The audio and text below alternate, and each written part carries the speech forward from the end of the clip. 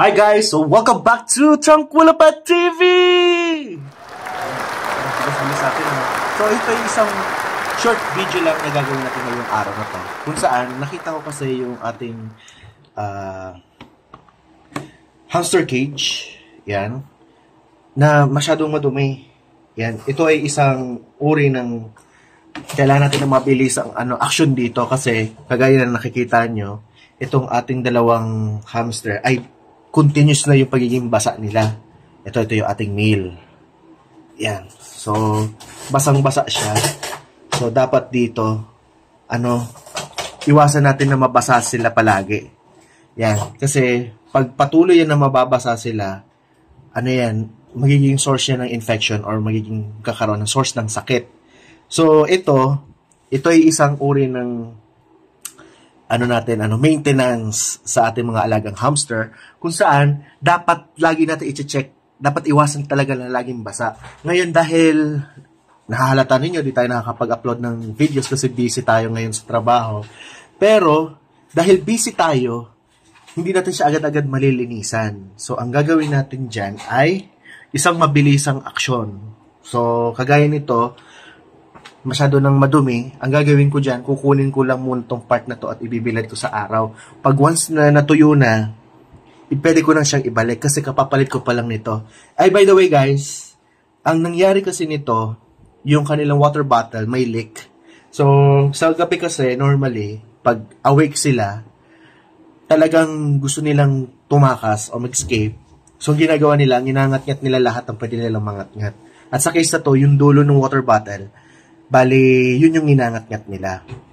Ngayon, ang isa sa mga action na ginagawa ko dyan, pag na talagang continuous yung pagngat-ngat nila, at continuous din yung tulo ng tubig, ang ginagawa ko, tinatanggal ko na lang yung water bottle every now and then. Tapos, every 2 hours, binabalik ko, saktong iinom sila. At pag tapos silang uminom, tatanggalin ko ulit. So, dito malaking tulong yung Grovet na tinatawag natin ito. Ito, excuse lang. Ito. Yan, ito. Yan. Ito. So, kahit wala silang water bottle, hindi nila mangangat-ngat yung plastic natin dito. Yan, dito. Hindi nila mangangat-ngat dahil metal to. Hindi nila kayang ngat-ngatin. Yan. So, wag lang sanang maging makalawang sa pag-ngat-ngat nila. Kasi kung wala tong Grovet na to, yan, kung wala to, mabilis lang nilang mabubutas yan or mabilis nilang mapapalaki yung butas. Yan. So, gumagamit ako dito ng, wala tayo nung ginawa ko dating Zonrox na ginawa nating panghukay. So, gumagamit na lang muna ako ng Yanera. Yan. So, para makuha natin yung mga basang kuso. So, kailangan natin gawin to guys. Sa mga nagtatanong din sa akin, hindi ko lang ma-recall kung sino yung nagtanong sa akin. No? Pero kung pwede daw bang yung basang kusot, ibilad sa araw at gamitin ulit. Normally, ako, ginagawa ko yun kagaya ng mga cases na to. Kasi, unang-una sa lahat, talagang kailangan nating gamitin dahil bago pa to, natapon lang yung tubig ng water bottle. Kaya, ang gagawin ko, kukunin ko lang to. Yan. Ito, basang-basa oh. So, ibibilad ko lang to sa araw. Ngayon, pag sobrang dumi na, yun na yung time na talagang dapat anuhin na natin to. Pagay ko na muna siya dyan. Yun na yung time na dapat papalitan na natin. Pero sa case nito, wala pa siyang amoy, wala pang mga uod. Ibig sabihin, malinis pa siya. Tapos, ang gagawin natin, dahil nga, syempre, nagmamadali tayo, yan. So, lalagyan lang natin sila ng panibagong kusot. Tapos, yung ilalagay uli natin, yung pinatuyo natin na kusot, yun naman ay idadagdag lang natin dito sa kanila. Kasi yung iba naman nating cage dito, okay naman sila. Ito lang dalawang to yung talagang nagangat-ngat eh. So, ito yung mga kalimitan nangyayari sa mga cage na mga nag-aalaga ng hamster. Yan. So, pag ganito yung nangyayari sa inyong mga hamster, sa inyong hamster cage, so gawin nyo lang rin to. Una, pag malinis pa yung kuso tapos basang-basa, tapos nakikita nyo na nababasa na rin yung hamster, ang gawin natin, linisin kagad natin kung nagmamadali tayo. Ngayon kung may time tayo, edi linisan nyo na lang din lahat. Ako kasi busy ako ngayon. So, ito lang yung mabilisang aksyon. Yan. Tingnan nyo, basang-basa siya mamaya. Tingnan nyo yung magiging itsura nila after 1 hour. Yan. So, babalikan natin after 1 hour. Kasi kawawa naman sila eh. Ang hamster na palaging basa, kawawa. Yan. Ang tawag dyan, basang hamster. Hindi basang sisiw. Yun lang. So, again, dinadagdagan ko lang to para nang sa ganon yung humidity maiwasan. Kasi pag humid na sila, mas mabilis silang mauuhaw, tapos mas mabilis silang papangit. Kagaya nitong puti na to ng male natin, maganda tong tingnan dati. Tapos ngayon na basang hamster, yun, ang pangit na tingnan. Yan. So, by the way, sa information ng nakakarami, magtanong-tanong kayo kung anong, alam niyo yung pwedeng pagkuhanan ng kusot. Sa Facebook, marami. Yan. So, mag-search na lang kayo kung kayo ay taga Valenzuela, i-search nyo kusot for sale sa Valenzuela. Yan. Kung kayo taga Bulacan, kusot for sale, Norsagaray, Bulacan. Yun yung mga malalapit sa inyo, lalabas yon, tapos pwede nyo nang kausapin. Ito, nabili ko lang to for, yan, isang sako siya. Yan. So, niliwanagan ko. Nabili ko siya ng 200 pesos lang. Yan. Ang ganda. Diba? Yan. So, isang magandang siya. Magandang kusot na quality. Yan. Para sa isang 100. Kasi kung bibilhin natin yung Chipsy though maganda din yon. Pero 100 pesos yon, tapos 1 kilo lang. Ito, mga nasa 5 kilo, 200 pesos na. So, mas malaki, tapos mas marami, tapos pwede pa natin siyang ibilad, or pwede pa natin, mas maraming pwedeng paggamitan, at mas affordable. Yan. So, mas malaki nga lang, tapos meron tayong magiging supply. Yan. Tignan mo, kumakabit sa likuran niya yung mga bagong kusot, oh. Anyway, pag yan natuyo, hindi naman na yan kakapit sa kanya. Yan. Yan. So, babalikan natin tong dalawang to after 1 hour. Yan ha. Sige. See you in a while!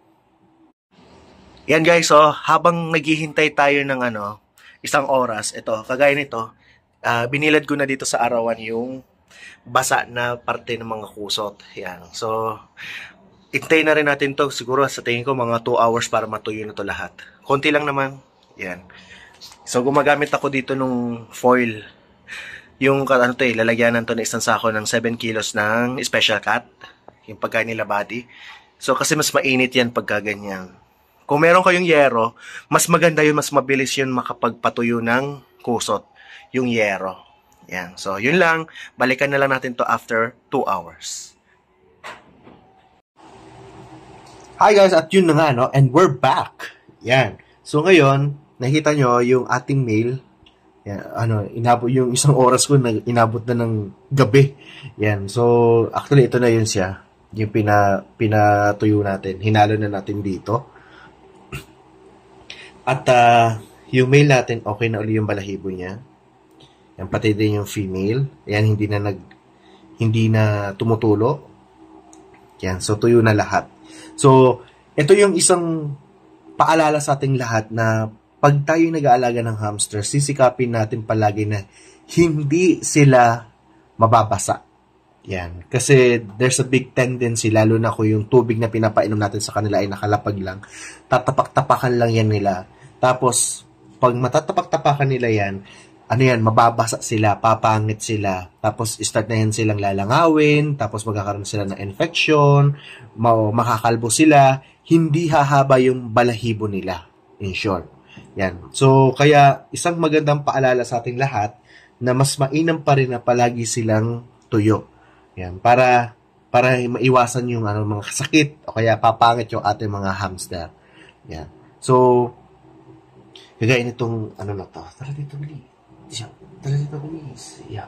Yan. Yan, ito. Maganda na siyang tingnan. Yan. Diba?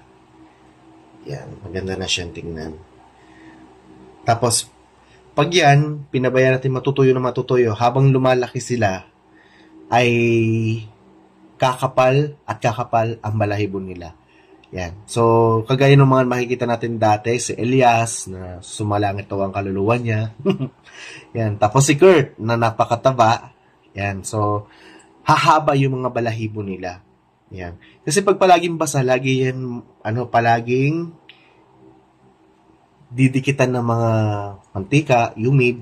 Yan. So, mas maganda pa rin yung banayad o tuyong-tuyo. Kanina, di ba, nakita natin na may mga kumakabit-kabit sa likuran niya kasi basa. Yan. So, ito, tuyo na, kaya wala nang kumakapit sa kanya. Yan. So, mas mainam pa rin talaga na laging tuyo ang ating mga alagang hamster. At yan, dun sa mga nagtatanong na sinasabi ko, ako pwede bang gamitin ulit, paulit-ulit, o reuse yung kusot? Yes, pwede. Yan. For as long as malinis pa rin siya at yung amoy ay acceptable pa. Kasi may mga kusot kasi na pag i-reuse natin, talaga namang matindi na yung amoy. So, iniiwasan natin yun. Kasi pag sobrang taas na ng amoy, nag-i-invite na yun ng mga flies o yung mga langaw. Tapos yung mga fruit flies, yung maliliit na langaw, yun yung number 1 na papasok doon. Kahit katutuyo pa lang niya, pero yung amoy niya nandoon, lalapitan siya. Tapos mag-iiwan na sila doon ng mga eggs nila. Yan. Tapos yun yung magkakaroon na ng mga larva. Yung larvae. Yun yung mga uod. Yan. So, yun yung isa sa mga paalaala natin ngayong araw na to sa mga nag-aalaga ng hamster na pagbasa ang hamster cage, pwedeng kunin yung portion na basa, tapos ibilad, tapos tanggalin yung water bottle. Kasi ngayon, ito mamayang gabi, tatanggalin ko to. Tatanggalin ko to. Para hindi na nila mangangat-ngat. Kasi ginangat-ngat nila yan yung end nung yung water bulb. Yan. So, ginangat-ngat nila yan, kaya yun, nagwa-water.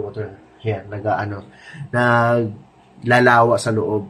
So, para mapigilan yun, tatanggalin ko to. Tapos ilalagay ko na lang pag iinom na sila. Yan. So, para patuloy na mas maganda ang ating mga alagang hamster. And that's it.